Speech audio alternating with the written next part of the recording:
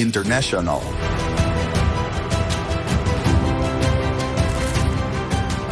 Simposio.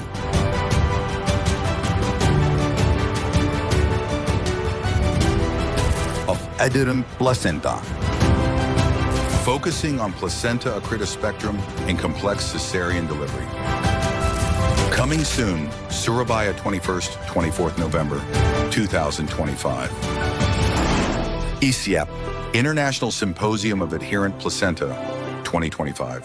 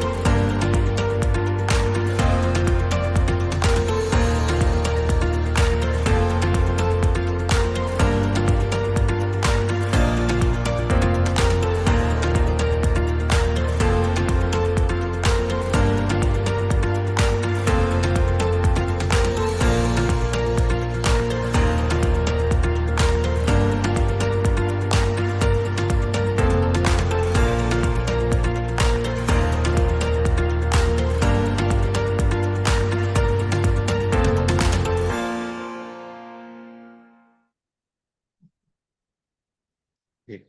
Assalamualaikum warahmatullahi wabarakatuh.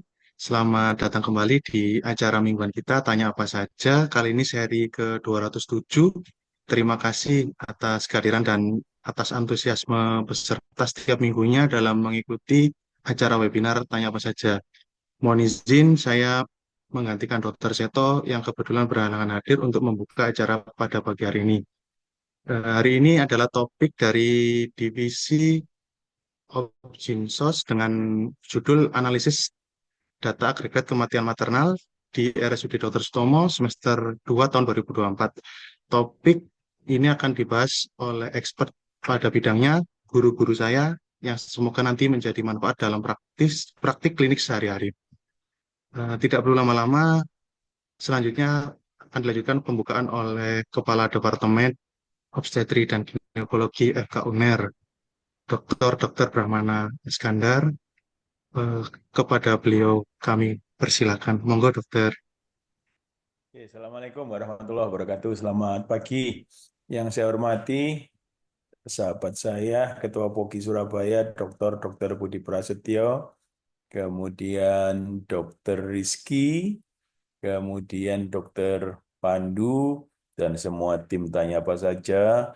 Alhamdulillah edisi ke-207. Saya kira topik hari ini sangat-sangat penting karena sarana untuk kita belajar dari kasus-kasus yang ada di Rumah Sakit Dr. Sutomo, begitu ya. Kadang-kadang keunikan kasus di rumah sakit kita itu sangat-sangat kompleks gitu ya. Bahkan di textbook itu tidak ada. Banyak yang di textbook tidak ada. Karena di textbook itu kan membahas satu persatu. Misalnya penyakit hamil ada di textbook. Kemudian SLE ada di textbook. Kemudian DVT ada di textbook. Kemudian apa? Nah, ini di rumah sakit tersier dijadikan satu pada satu pasien gitu ya. Jadi ini yang kemudian menjadi PR tersendiri ya. Oke, nanti kita lihatlah data-data di Sutomo dan di rumah sakit kita, mungkin menarik untuk pembelajaran kita. Demikian dari saya, tetap semangat semua, sehat semua. Wassalamualaikum warahmatullahi wabarakatuh.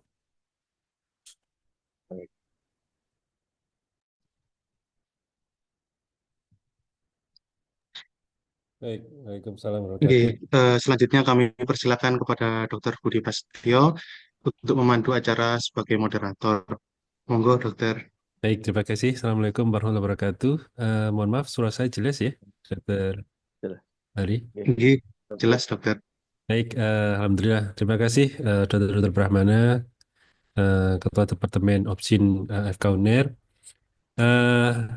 Alhamdulillah, syukurillah, wala haula wala quwata illa billah. Pagi ini kita bertemu lagi dalam acara Tanya Apa Saja. Kali ini kita akan membahas masalah analisis hasil data agregat dari kematian ibu, AMPSR, di Rumah Sakit Umum Darussutomo. Saudara sekalian, kita tahu bahwa mengapa kok kita harus menganalisis data agregat yang kita dapat, oleh karena salah satu tujuan dari AMPSL itu adalah bagaimana kita mencegah kejadian serupa di kemudian hari. Oleh karena itu, kita perlu analisis ini untuk mengidentifikasi besaran masalah kematian ibu dan perinatal serta kecenderungan pada wilayah tertentu, dan harapannya analisis ini kita mengkaji akar masalah yang terjadi dari sistem pelayanan kesehatan di setiap level yang berkontribusi terhadap kematian ibu dan perinatal. Untuk itu kita menghadirkan dua narasumber, di Dr. Rizky Pranadian, SPOG Konsultan Opsinsos. Terima kasih Dr. Rizky, dan Dr. Pandu Adilito. Dr. Rizky adalah koordinator dari AMP SR di Rumah Sakit Terus Tomo, dan Dr. Pandu juga memperdalam, sedang menempuh S3 tentang masalah kematian ibu ini juga. Untuk menyikat waktu, kami persilakan mungkin ada pengantar dari Dr. Rizky atau Dr. Pandu. Dr. Kiki, monggo. Oke, oke dok, matur suwun dok. Bismillahirrahmanirrahim. Assalamualaikum warahmatullahi wabarakatuh. Selamat pagi, guru besar, senior, teman sejawat yang saya cintai, saya banggakan. Matur suwun, Dr. Brahmana, Dr. Budi, Dr. Pandu. Jadi pada pagi hari ini kami yang memang bertugas di Rumah Sakit Tomo ini eh, mempunyai istilahnya data. Semoga data ini bisa bermanfaat karena memang terkait dengan kematian ibu. Harapannya dari kematian ibu ini agar tidak terulang kembali. Nah, maka dari itu kita bisa melihat dari data yang kita punya melalui aplikasi dari pusat, dari Kementerian Kesehatan, yaitu AMPDN, dan itu memang salah satu bagian dari AMPSR. Jadi saya izin share screen, mungkin sekalian langsung menunjukkan data yang mau kami dapatkan.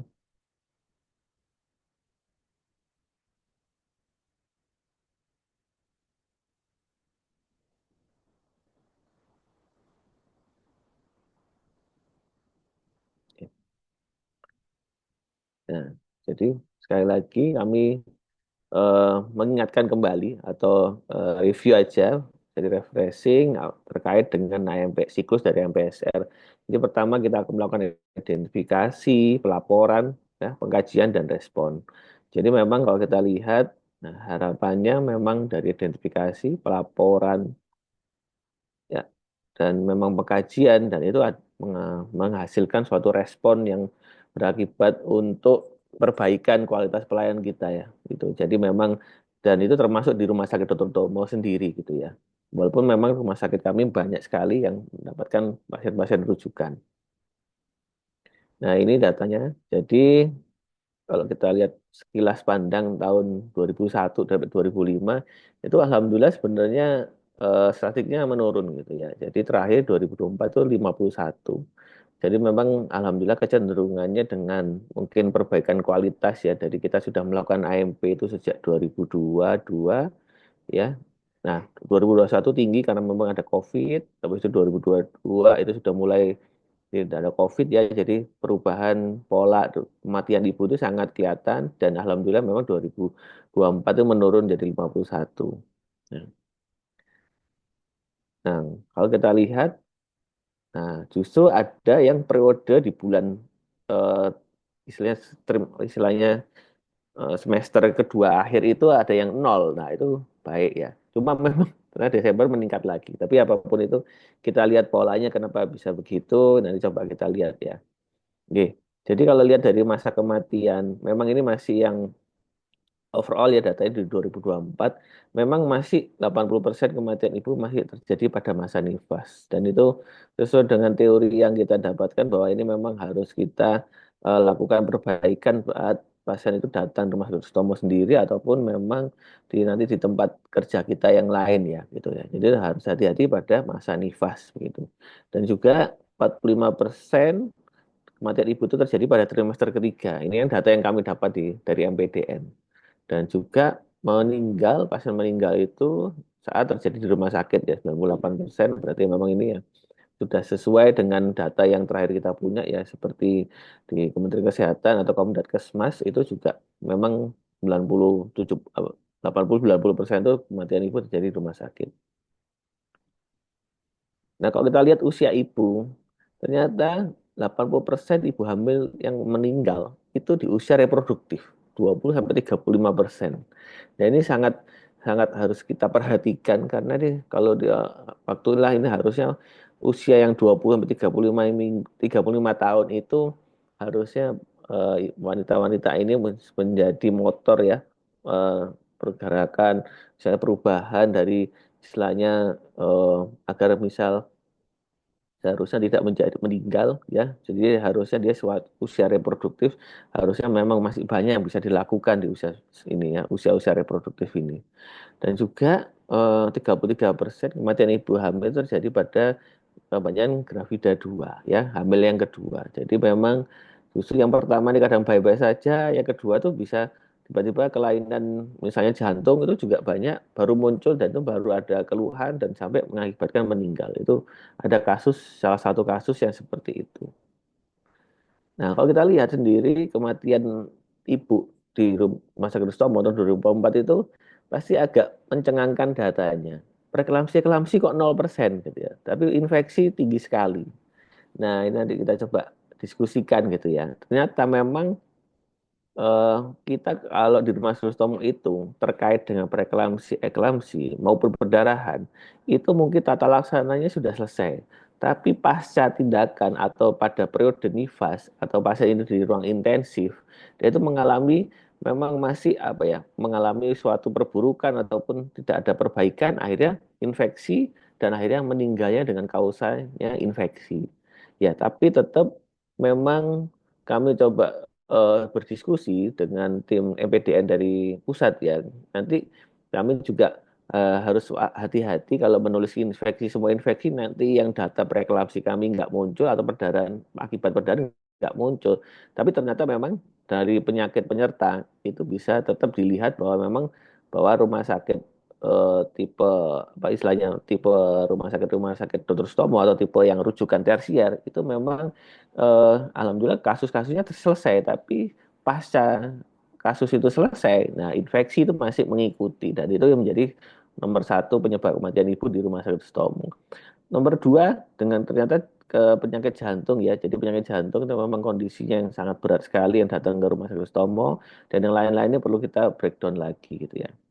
Nah, kalau kita lihat memang ini sudah dibantu untuk dengan ICD-MM ya itu untuk ada penyebab langsung dan penyebab tidak langsung. Memang itu di kita grouping grup 1 sampai grup 6 gitu. Jadi memang ini memudahkan kita sebenarnya untuk mengklasifikasi penyebab kematian ibunya sesuai dengan ICD. Jadi itu memudahkan sebenarnya. Nanti nah kalau yang tidak langsung ada yang non obstetrik atau penyebab dasarnya tidak diketahui sama sekali gitu ya.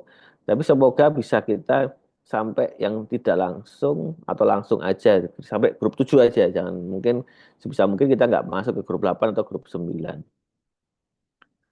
Nah, kalau kita lihat sendiri resume bulanannya pasien yang memang kalau lihat misalnya kita mulai bergerak di trimester kedua gitu ya Juli sampai Desember gitu ya 6 bulan terakhir itu ya memang tetap memang ada yang paling banyak adalah non obstetri. Nah, itu bergeraknya memang di situ. Fluktuasinya masih sama. Ternyata karena seperti saya bilang hipertensi ataupun perdarahan itu memang nggak banyak dan itu alhamdulillah sudah tertangani gitu ya. Adapun kalau apapun ada itu sudah tertangani gitu ya. Tapi pasca tindakan atau itu yang kondisi yang ternyata memang mengalami infeksi yang berat.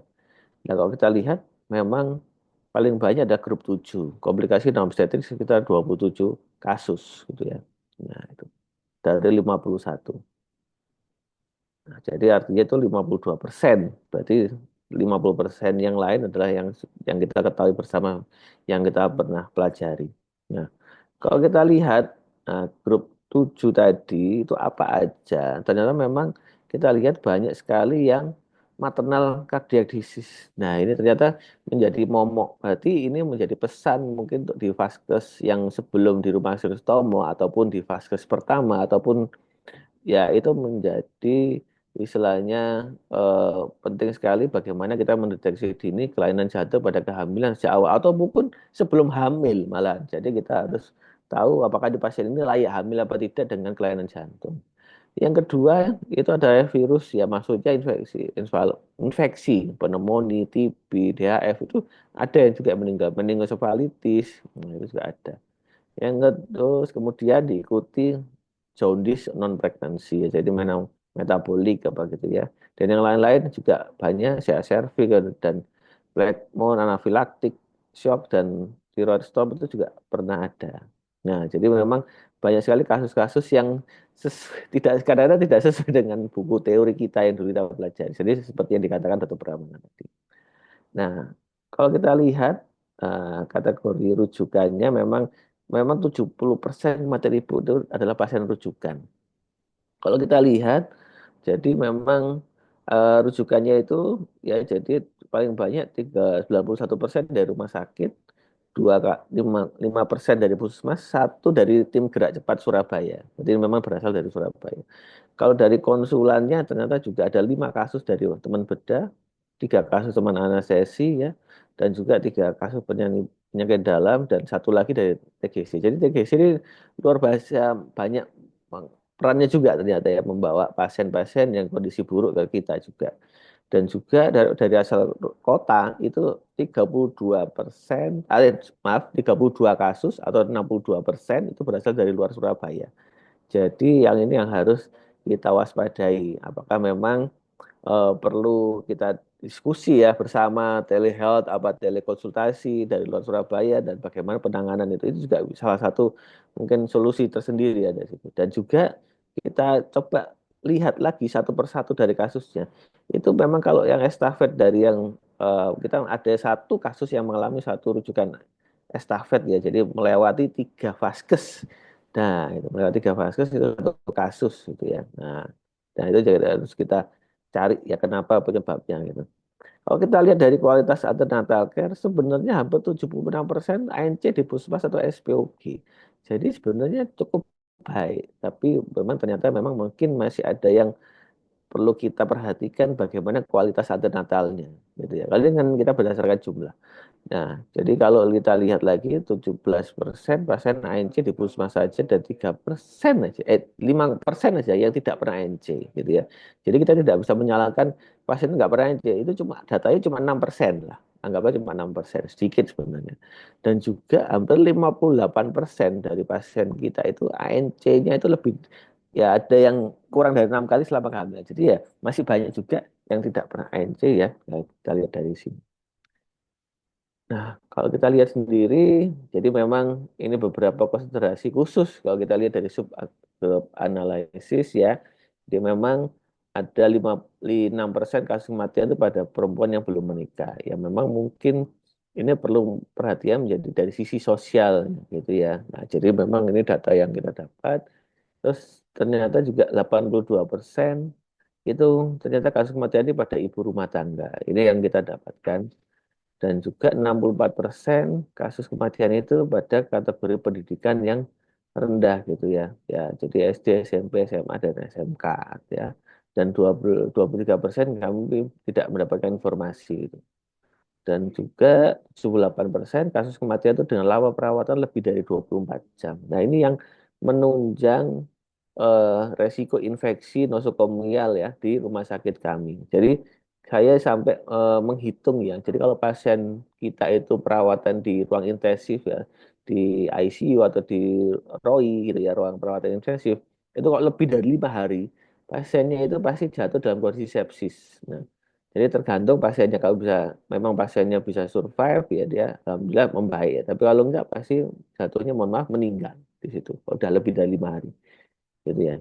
Jadi loss-nya di ROI itu juga memang length of stay-nya juga kita harus sangat perhatikan sekali. Dan juga data lagi 60% kasus kematian itu mendapatkan tindakan di rumah sakit utama. Jadi memang tindakan itu kita lakukan di sini ya. Jadi memang semoga tindakan kita itu memang sudah sesuai prosedur, sudah itu ya. Jadi ini yang perlu kami juga analisis atau audit internal ya dari kami juga gitu ya. Karena memang 60% kasusnya itu sudah mendapatkan tindakan di kita. Dan juga 4% kasus kematian itu ada juga dengan 2 kala lama. Jadi 2 kasus. Nah, nah ini yang perlu kita memberikan feedback ya, jadi ke Vaskes di bawah kita ya, atau memberikan pembinaan juga di bawah kita. Jadi kita juga harus bergeraknya juga selain dari data ini kita harus juga melakukan rujukan ataupun pembinaan vertikal ke bawah, gitu juga itu penting sekali buat kita. Dan juga 23% kasus itu disertai dengan bayi IUFD. Nah, jadi memang ada yang mungkin penanganannya yang kurang baik atau terlambat di Vaskes sebelumnya. Mungkin itu data dari saya akan ini ya, istilahnya akan juga disampaikan sisanya oleh Dr. Pandu. Semoga data-data yang saya sampaikan ini menjadikan perhatian untuk kita semua. Nggih, matur suwun Dr. Budi. Baik, terima kasih Dr. Kiki. Mungkin Dr. Pandu ada tambahan? Ya, Dok, izin menyambung sedikit dari Dr. Rizky ya, Dok. Menyambung sedikit dari Dr. Rizky. Jadi tadi sudah disampaikan oleh Dr. Rizky mengenai kematian di Sutomo tahun 2024 ada 51 total kematian ibu. Dan paling banyak memang kasus infeksi. Kemudian yang saya tambahkan adalah distribusi dari modified factors atau faktor yang bisa dimodifikasi dari faktor medis dan non medis. Jadi 51 kematian ibu dan ternyata ada 42 faktor itu yang sebenarnya bisa kita perbaiki gitu ya, peluang untuk kita lakukan optimalisasi, di mana 29 ada faktor medis dan 22 itu faktor non medis. Kemudian ini ada kita mengenal konsep 3 delay, yaitu yang delay pertama adalah terlambat mengambil keputusan. Ternyata cukup banyak di lapangan kasus kematian di Sutomo itu karena delay tipe 1. Jadi 17 kasus itu karena kendala mengambil keputusan atau terlambat mengambil keputusan. Kemudian delay kedua adalah terlambat dirujuk ke fasilitas kesehatan. Ini ada kendala biaya, kendala transportasi. Kemudian yang ketiga adalah terlambat, delay yang ketiga adalah terlambat mendapatkan pelayanan kesehatan. Di mana nomor 4 di delay ketiga itu ada 14 kasus mengenai kendala kompetensi klinis tenaga medis dan tenaga kesehatan. Nah, ini yang bisa menjadi concern kita untuk bahan evaluasi kita. Kalau kita rekap berupa tabel seperti ini, maka yang paling banyak masih di delay tipe 1. Jadi masyarakat, faktor masyarakat ini 45%. Tadi selaras dengan yang disampaikan Dr. Rizky bahwa sekitar 60% atau lebih itu kematian ibu terjadi pada pendidikan rendah. Dan 20%-nya tidak ada data. Jadi mungkin faktor awareness atau pengetahuan atau kesadaran terhadap masyarakat untuk segera memeriksa diri apabila tanda bahaya itu masih kurang. Sehingga di situ peran Vaskes primer itu sangat penting menurut saya untuk gimana untuk deteksi dini kehamilan risiko tinggi dan segera melakukan rujukan sebelum terjadi komplikasi atau perburukan kasus. Jadi ini analisisnya bahwa keterlambatan dalam pengambilan keputusan itu adalah mengambil porsi terbesar sekitar 45%, sebanyak 17 kasus. Ini mungkin karena kurangnya pengetahuan dan akses informasi yang terbatas menghalangi ibu untuk mencari perawatan medis tepat waktu. Kemudian yang kedua juga di delay tipe 3, ini mungkin PR di sekunder atau tersier ya, kalau tadi fase primer, maka di delay tipe 3 ini sebagian besar kematian ibu yang 14 kasus ini disebabkan oleh kompetensi tenaga medis yang belum optimal. Ini menunjukkan adanya masalah dalam pelatihan, pengalaman, atau penerapan protokol medis yang tepat. Kemudian juga akses ke perawatan, misalnya kesulitan akses ke ruang perawatan khusus seperti ICU, itu tercatat pada 4 kasus.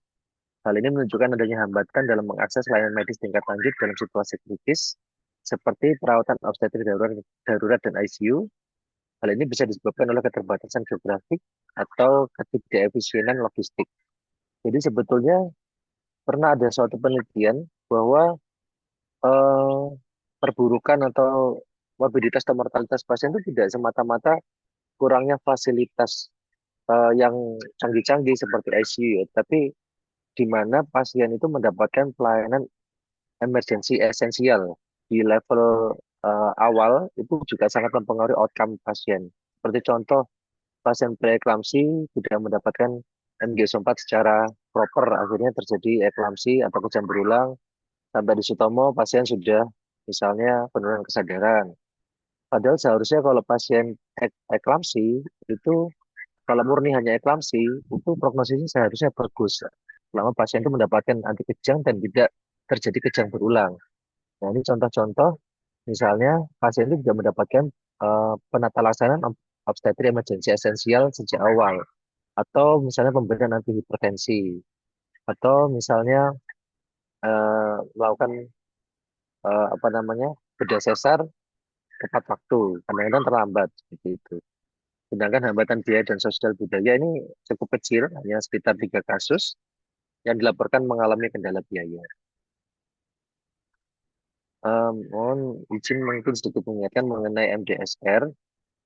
Ini dari WHO tahun 2013 itu pertama concernnya karena target MDG kita itu belum terpenuhi sehingga dari WHO itu membuat suatu MDSR Maternal Death Surveillance and Response yang dimana di kita adopsi menjadi MDSR gitu ya. Tujuannya adalah satu pendataan karena pendataan awalnya itu sangat kurang, akhirnya kita melakukan suatu notifikasi 1 kali 24 jam selama ada kematian, kemudian dilaporkan dan dilakukan analisis dan dilakukan respons. Nah, ini adalah beberapa penyebab kematian ibu yang bisa seharusnya dilakukan di level community. Seperti yang tadi saya sampaikan, misalnya prevensi preeklamsia, pentingnya prevensi, deteksi dini, dan pemberian apa namanya kalsium dan low dose aspirin dan seterusnya. Ini sebenarnya adalah level-level intervensi yang bisa dilakukan di vaskes primer. Tapi kalau tidak dilakukan atau terlambat dilakukan sampai di sekunder atau tersier pasien sudah terjadi perburukan. Nah, dari level tadi kita bisa lihat apakah perawatan suboptimal itu bisa menghindarkan terhadap terjadinya kematian. Jadi jangan sampai misalnya kita melakukan audit kematian maternal itu di peringkat 2 atau 3. Karena seharusnya kalau kita melakukan tata laksana yang optimal, mungkin kematian dapat dihindari. Jadi kalau misalnya 0 atau 1 mungkin masih bisa diterima. Nah,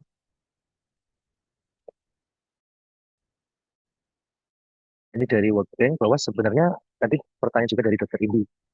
Ini masuk preeklamsi, hipertensi dan kehamilan atau infeksi. Jadi menurut survei dari World Bank itu kematian maternal itu masih kadang-kadang itu tidak tepat sasaran gitu ya. Jadi 50% of maternal deaths go unreported due to misclassification. Jadi klasifikasi ini juga penting. Nanti mungkin Dr. Sri bisa menjelaskan lebih lanjut. Dan syarat-syaratnya adalah ini, harus lengkap report dari seluruh kematian, penyebab kematian, dan status kehamilannya. Artinya ANC-nya harus bagus gitu. 24 jam setelah kematian harus melakukan notifikasi. Ini merupakan suatu kewajiban. Tujuannya adalah untuk belajar dari pengalaman dan tidak terulang kematian karena kasus yang sama seperti yang disampaikan oleh Dr. Lee. Jadi yang kita lakukan di Sutomo ini adalah level awal atau level paling dasar, yaitu facility based maternal death review. Kemudian nanti naik ke atas bisa community based sampai dengan ke level nasional. Kita lakukan idealnya seperti itu ya, kita lakukan seperti itu. Jadi level nasional nanti ada juga yang menganalisis agregat data dari audit kematian di level fasilitas kesehatan. Jadi seperti ini seharusnya kita bisa scale up mulai dari government facilities, kemudian dinaikkan skalanya, kalau ini sudah bagus kita naikkan skalanya menjadi komunitas sampai ke seluruh fasilitas dan komunitas. Kemudian ini depth of review prosesnya juga ditingkatkan sampai dengan full confidential inquiry of all deaths sampai national coverage. Ini idealnya seperti demikian. Jadi kita mulai dari sini, kemudian kita perbaiki prosesnya sampai seluruh kematian itu terdata dan teraudit. Idealnya seperti itu. Oke, kemudian kita melakukan respons yang ideal seharusnya seperti ini. Kemudian kita bisa menentukan prioritas tindakan atau intervensi yang kita dapatkan dari hasil audit. Kita bisa pakai matriks impact versus effort, di mana impact yang besar dengan effort yang paling minimal itu adalah seharusnya prioritas utama. Jadi ini low hanging fruit atau buah yang paling mudah dijangkau atau paling rendah itu yang kita prioritaskan. Impact versus matrix, impact versus effort matrix. Mungkin kita juga bisa pakai Mungkin itu yang bisa saya tambahkan, Dr. Budi. Monggo, silakan. Baik, terima kasih Dr. Pandu. Menarik sekali. Kalau kita amati tadi dari data Dr. Pandu, Dr. Gigi, Dr. Rizky, jadi memang sudah kita banyak data sebenarnya.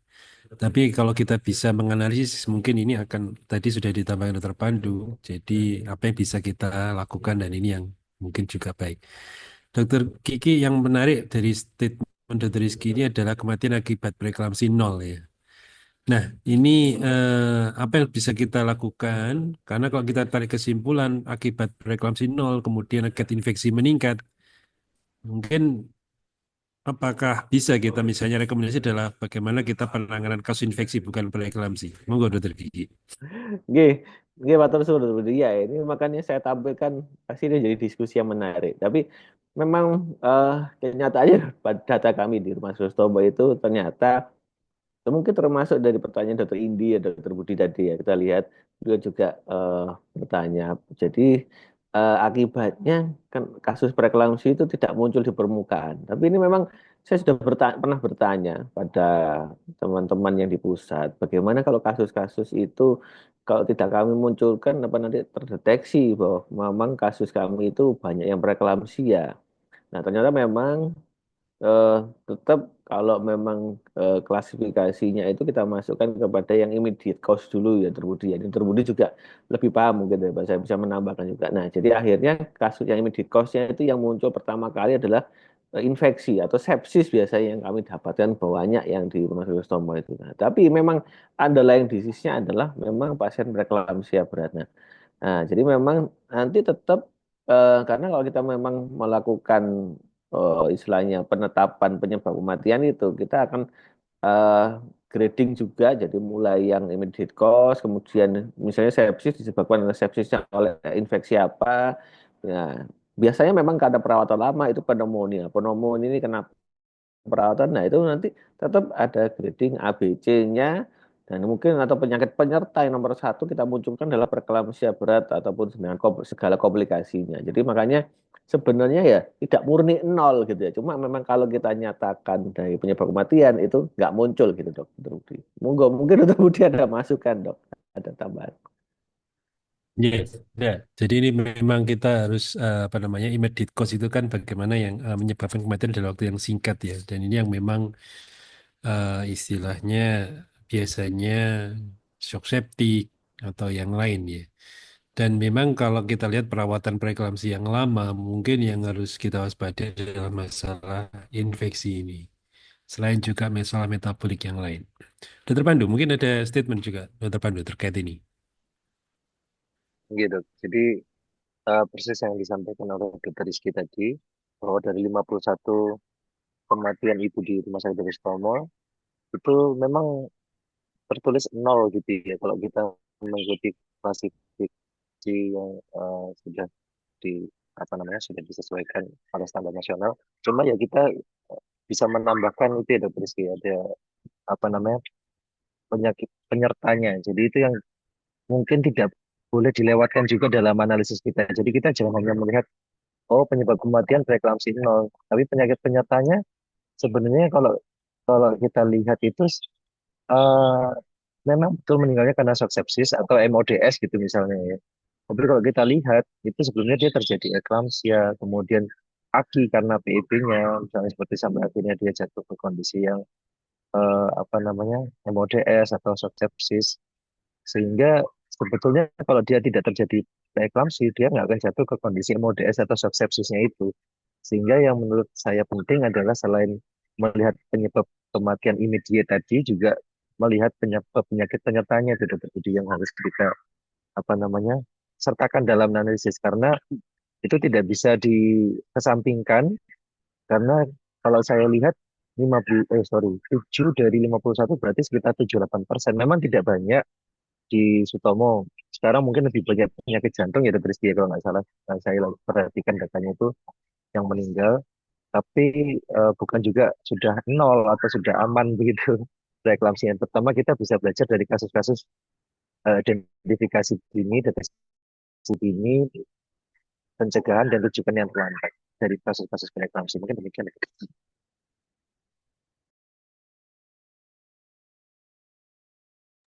Terima kasih, Dr. Pandu. Eh, yang menarik lagi, yang kedua, kalau kita lihat, Dr. Pandu tadi menyebutkan saran untuk perbaikan adalah SMART, ya, metodenya salah satunya. Misalnya kalau kita lihat kasus yang ini infeksi, kemudian kita preeklamsi, kira-kira apa, Dr. Pandu, yang bisa kita sarankan misalnya secara SMART ini tadi? Ya, betul dok. Jadi tadi eh, kita lakukan audit, kemudian kita bisa menemukan akar masalahnya, bisa pakai metode beberapa ya kita diajarkan itu bisa pakai root cause analysis atau 5 why. Nah, kemudian kita ketemu akar masalahnya, kemudian kita susun beberapa masalah tersebut, kemudian kita tentukan prioritas masalah.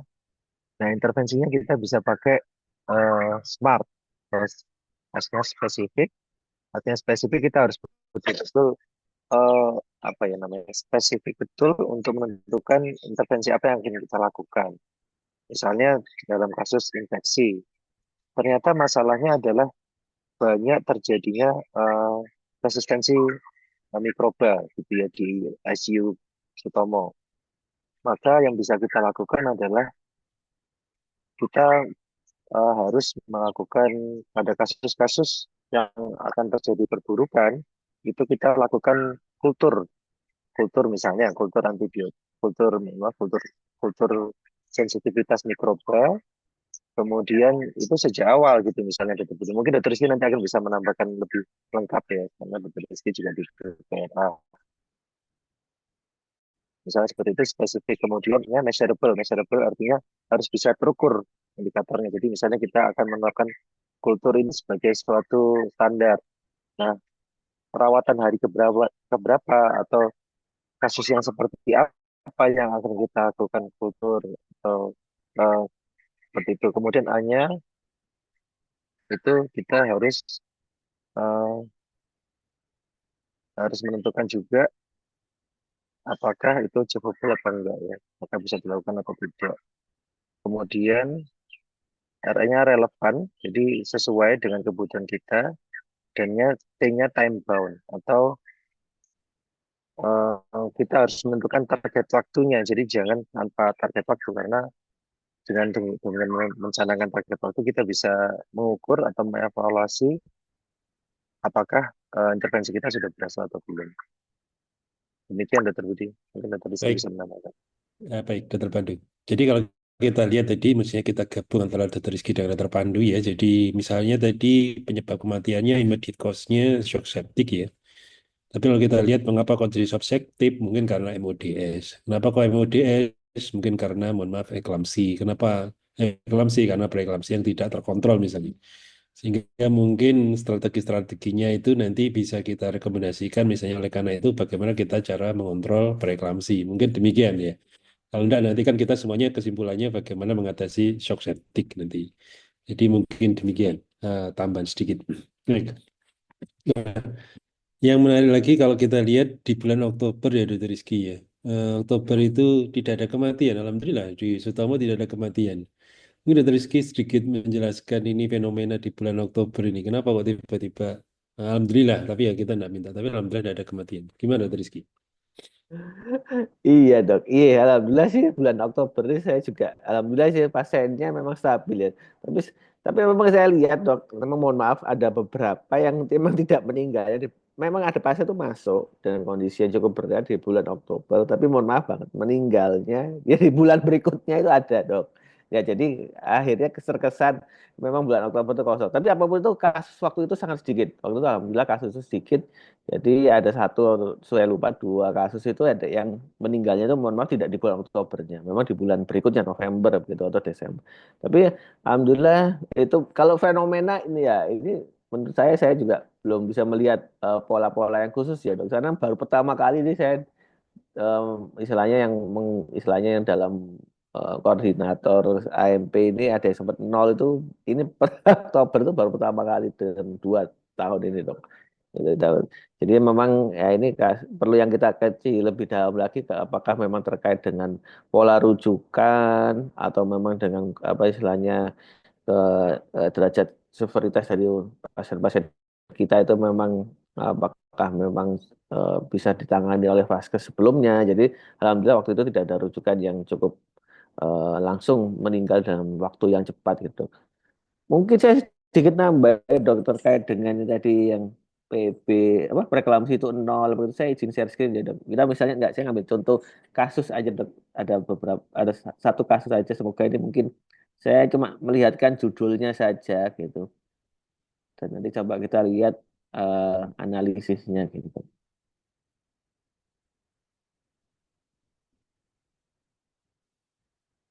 Ya, ya seperti dikatakan Dokter Budi tadi ya dok ya. Jadi pasien ini judulnya pasti ada PEB-nya gitu ya.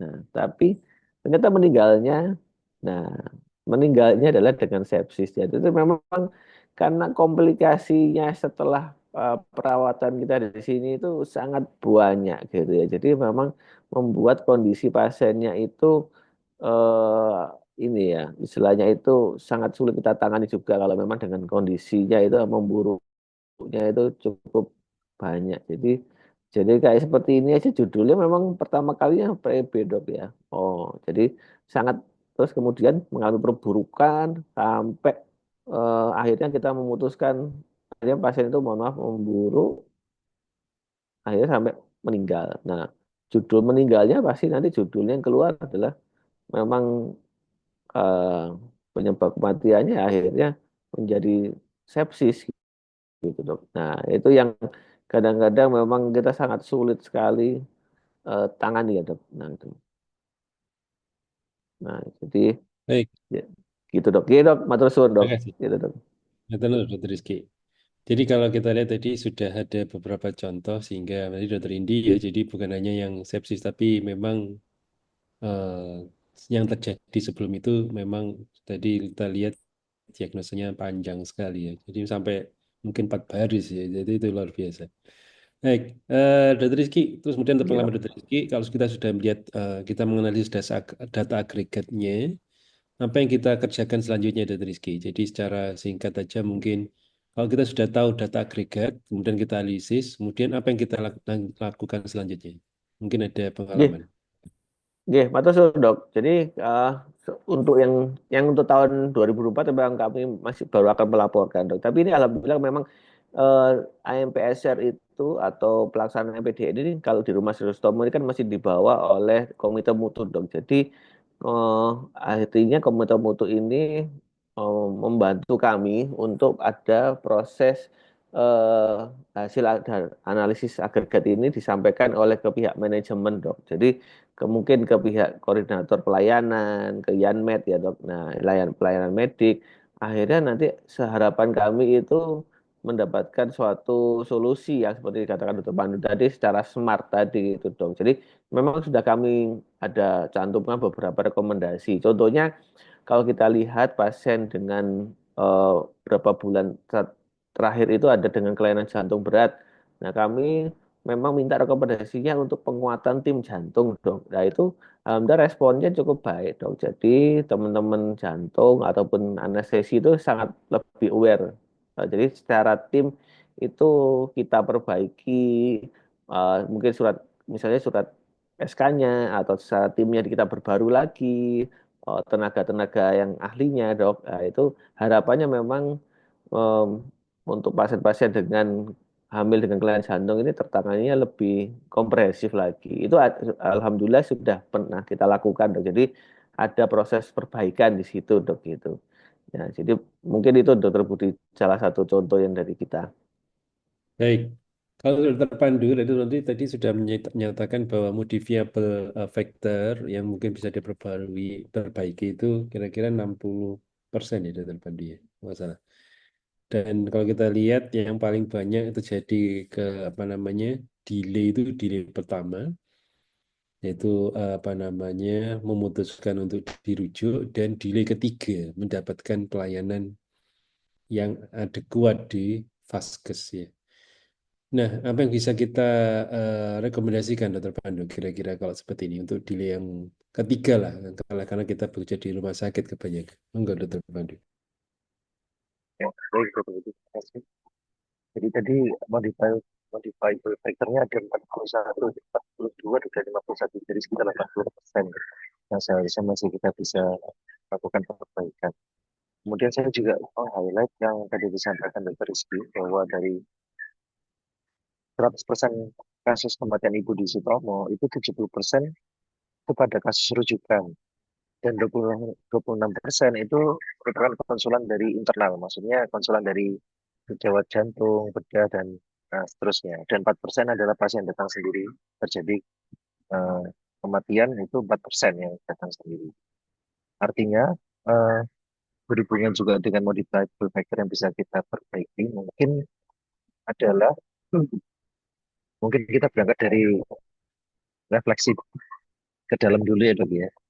Artinya yang 26% rujukan internal, kemudian yang 4% datang sendiri, mungkin dari rumah sakit Sutomo itu kita bisa melakukan perbaikan kasus-kasus yang berisiko berat untuk hamil itu sebelum terjadi kehamilan, misalnya pasien dengan kelainan jantung tidak layak hamil. Nah, maksudnya idealnya itu gejala jantung atau misalnya penyakit dalam dengan tiroid tidak layak hamil itu sudah 100% gitu dokter Budi untuk mengkonsulkan ke Opsin untuk eh, melakukan pelayanan kontrasepsi, mencegah atau menunda kehamilan. Satu itu, jadi wanita yang tidak layak hamil itu jangan sampai hamil dulu ditunda. Kemudian yang kedua juga dikonsulkan tepat waktu, jangan sampai konsul ke Opsinya terlambat. Jadi misalnya pasien dengan penyakit jantung kemudian hamilnya sudah 6 bulan baru dikonsulkan ke Opsin. Nah, itu mungkin masih ada beberapa kasus itu, artinya kita harus konsolidasi juga ke dalam dok di dalam situ. Kemudian yang kedua, yang 4% itu pasien datang sendiri, artinya kita harus melakukan eh, apa namanya perbaikan di mana kita memberikan pelayanan yang emergency esensial di awal tuh juga harus baik. Jadi sekarang problemnya itu bukan hanya kuantitas tapi quality of care. Ya. Quality of care apa yang bisa kita berikan pelayanan berkualitas yang mudah-mudahan bisa memperbaiki luaran dari pasien ibu hamil dan bayi.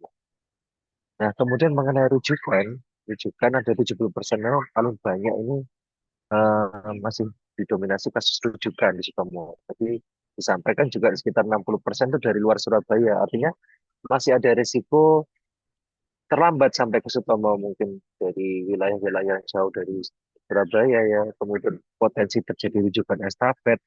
Tadi data yang dokter Rizky yang disampaikan, estafet lebih dari 3 vaskes itu masih ada sekitar 3% kasus. Nah, seperti ini yang harus kita lakukan feedback ke vaskes perujuknya, itu kemudian bagaimana supaya pasien ini yang sudah dideteksi risiko tinggi tidak terjadi lagi rujukan terlambat dan rujukan estafet.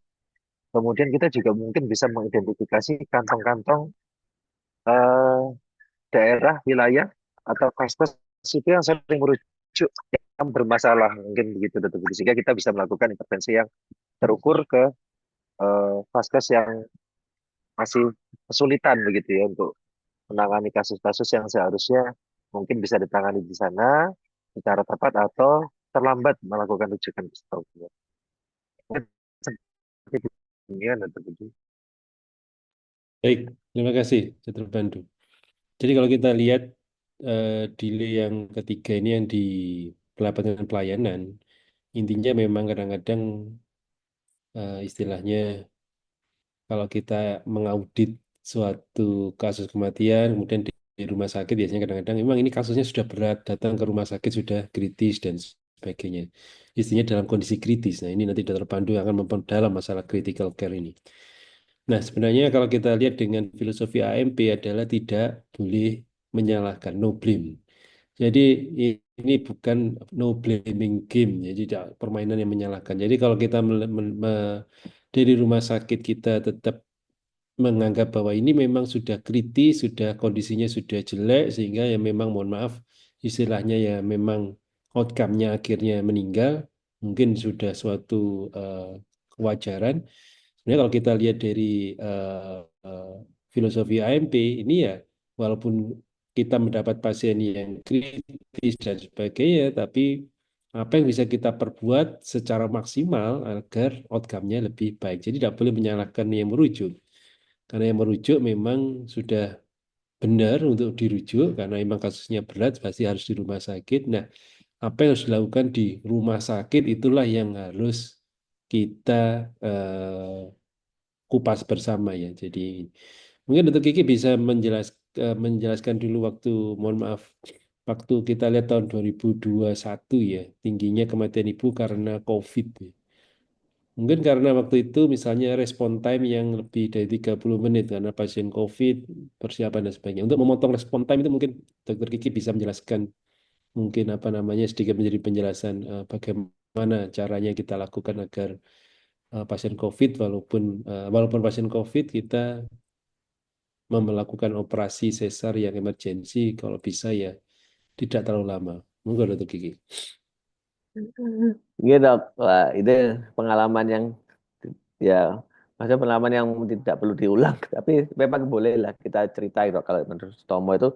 Jadi memang kalau di waktu itu kondisi-kondisi yang memang sebenarnya kami masih banyak banget waktu itu mendapatkan rujukan lepas ya dokter Budi ya, dokter Pandu juga mengalami ya. Jadi dengan kondisi yang misalnya perlu operasi yang emergensi, memang kami punya fasilitas yang alhamdulillah sih cukup mumpuni ya. Jadi ada ruang isolasi tersendiri untuk pemeriksaan. Jadi pemeriksaan bisa dilakukan seperti seperti biasa. Jadi sudah jadi keterlambatan responnya itu sedikit bisa dikurangi dikit. Jadi karena memang ada itu, dan kemudian untuk ke kamar operasi itu pasien biasanya memang istilahnya dok itu sudah kita berkoordinasi dengan tim, dan itu tim sudah siap dok. Nah alhamdulillah itu membuat istilahnya itu operasi bisa lebih cepat ya responnya, misalnya contohnya operasi. Tapi dari situ dok, kita banyak banyak belajar. Akhirnya bahwa dengan koordinasi yang baik itu pasien itu bisa kita lakukan istilahnya lebih efisien dan efektif dok. Akhirnya kita membuat di Pakasyayor Dokter Pandu juga ada program dari pemerintah dok ya, SC kategori 1 dok. Nah itu kami belajar dari waktu zaman COVID itu dok. Akhirnya dengan proses saya diskusi dengan teman sejawat yang lain, koordinasi yang baik, akhirnya SC kategori 1 kita itu bisa kita lakukan dengan baik dok. Nah di Rumah Sakit Dostomo ini. Jadi itu salah satu menurut saya itu adalah rekomendasi dan secara smart ya dok. Istilahnya smart itu akhirnya muncul suatu perubahan perilaku dari situ dok. Jadi alhamdulillah itu bisa terjadi. Jadi memang tidak mudah dok. Jadi kita lakukan mirip perbaikan quality of improvement dari situ, akhirnya berhasil kita melakukan dengan baik dok. Itu mungkin ya dok. Jadi ada suatu pemicu, akhirnya kita berhasil melakukan ada suatu rekomendasi yang lain juga gitu. Oke, mungkin gitu dokter Budi atau Baik, ya baik, itu suatu pengalaman yang mungkin tetap apa namanya, ya kita tidak boleh melupakan juga. Cuma ya memang itu pelajaran yang bagus. eh Mungkin Dokter Kiki, karena ini waktu sudah menunjukkan hampir pukul 11, ada closing statement Dokter Kiki untuk pesan, monggo. oke, mantap sudah dokter Budi. Jadi eh, karena kami sebagai yang mendapatkan dari suatu kasus rujukan yang dengan kasus severitas atau ke tingkat derajat keparahan yang cukup tinggi, dan memang ada yang outcome-nya yang kurang baik yaitu sampai meninggal. Dari yang kita lakukan analisis agregat ini yang istilahnya itu harapannya seperti Dokter Budi, Dokter Pandu bilang, katakan tadi bahwa memang harus kita dapatkan proses pembelajaran dari situ dan suatu pengkajian dan sampai rekomendasi ya. Respon adalah rekomendasi. Sangat dan penting sekali dok. Mungkin adalah rekomendasi ini dikawal ya dok. Jadi kalau memang nanti tidak dikawal, takutnya itu memang hanya sekedar rekomendasi saja. Itu yang memang paling menurut saya paling cukup berat, karena rekomendasi kalau di rumah sakit Sutomo ini memang kita perlu kawal sampai tingkat manajemen atau sampai ke dinas kesehatan, dalam hal ini mungkin dinas kesehatan provinsi. Nah itu mungkin kita perlu kawal kalau memang perlu bantuan teman-teman dinas kesehatan provinsi. Jadi semoga dari analisa agregat ini mendapatkan suatu rekomendasi yang smart dan ada proses perbaikan kualitas pelayanan kita dan bukan hanya kita, ya memang internal pasti yang utama di kita, dari Mas Sutomo dan juga mungkin dari yang lain juga, mungkin dari perujuk. Mungkin dari saya begitu, Dr. Budi. Dr. Suwun, Dok. Baik, Dr. Pandu, monggo. Gimana, Dr. Budi? Jadi mungkin data pagi Indonesia yang terakhir dirilis itu kan sudah turun ya Dok, dari terakhir 359, kemudian 305, sampai sekarang ke 183 per 100.000 kelahiran. Itu artinya kita ini sudah di track yang benar, tapi butuh beberapa akselerasi untuk mencapai target SDGs di 70 per 100.000 kelahiran itu di tahun 2030. Nah, salah satu yang dicanangkan oleh WHO adalah MDSR. Ya, dalam hal ini kita mengadopsi di IMP-SR, di mana idealnya secara level vaskes itu kita melakukan death notification. Jadi setiap ada kematian itu langsung kita notifikasi melalui MPDM dalam 1x24 jam, kemudian dilakukan review laporan kematian di level vaskes masing-masing masyarakat sekalian. Nah, di situ nanti tujuannya harapannya ada beberapa. Yang pertama adalah perbaikan data. Dengan melakukan notifikasi dalam waktu segera 1x24 jam, maka setiap kematian ibu itu akan tercatat. Pertama. Yang kedua, dengan melakukan facility based maternal death review, itu akan ada lesson learn-nya, ada pelajaran yang bisa diambil dari masing-masing level kesehatan, level fasilitas kesehatan, sehingga nggak terjadi lagi kasus kematian yang serupa berulang. Itu dilakukan dari level yang paling dasar di level vaskes, kemudian yang kedua di level komunitas, dan berikutnya naik ke level nasional. Dan itu setiap level ada yang bertugas gitu ya, kalau dia bertanggung jawab untuk melakukan review tadi. Idealnya review tadi itu dilakukan secara rutin. Mungkin bisa 3 bulanan atau 6 bulanan kalau kasusnya jarang. Kalau di Sutomo ya kita cukup sering ya Dr. Rizky ya. Bahkan Dr. Rizky mungkin bisa sampai minggu sekali kadang-kadang melakukan review kematian. Ya mudah-mudahan ke depannya nggak sesering itu Dr. Rizky. Mudah-mudahan kematiannya berkurang. Mungkin itu Dr. Budi yang bisa saya sampaikan. Baik, terima kasih. Alhamdulillah 1 jam sudah kita lalui dan semoga dari analisis data agregat dari Mas Dr. Sutomo sejauh sekali bisa juga mengambil pelajaran dan juga bisa membuat analisis data agregat di tempat sejauh sekalian bekerja. Oleh karena dengan menganalisis ini kita harapannya bisa mencegah kejadian yang serupa yang berulang dan kita bisa membuat suatu rekomendasi maupun kebijakan setempat maupun untuk advokasi ke dinas kesehatan setempat. Terima kasih Dr. Rizky dan Dr. Pandu, appreciate.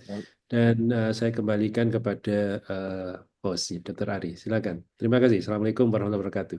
Waalaikumsalam warahmatullahi wabarakatuh. Terima kasih saya ucapkan kepada Dr. Budi Prasetyo, Dr. Rizky Pranadian, dan Dr. Pandu atas ilmu yang diberikan pada hari ini. Semoga menjadi amalan ilmu yang bermanfaat dan dapat membantu kita dalam menjalankan praktik klinis sehari-hari. Mohon maaf sebelumnya saya mewakili Dr. Seto, saya akan yang tidak bisa menutup kegiatan acara pada kali ini. Jangan lupa untuk mengerjakan LMS pada pelataran sehat mulai pukul 11 hingga pukul 23:59 pada hari ini. Saya Ari mewakili Dr. Seto dan Dr. Pandu pamit undur diri. Sampai jumpa dalam kegiatan tanya apa saja yang akan datang. Wassalamualaikum warahmatullahi wabarakatuh. Waalaikumsalam. International.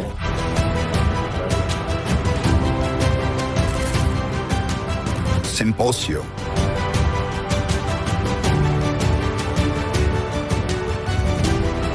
Of Ederum Placenta. Focusing on placenta accreta spectrum in complex cesarean delivery. Coming soon, Surabaya 21st, 24th November, 2025. ISIAP, International Symposium of Adherent Placenta, 2025.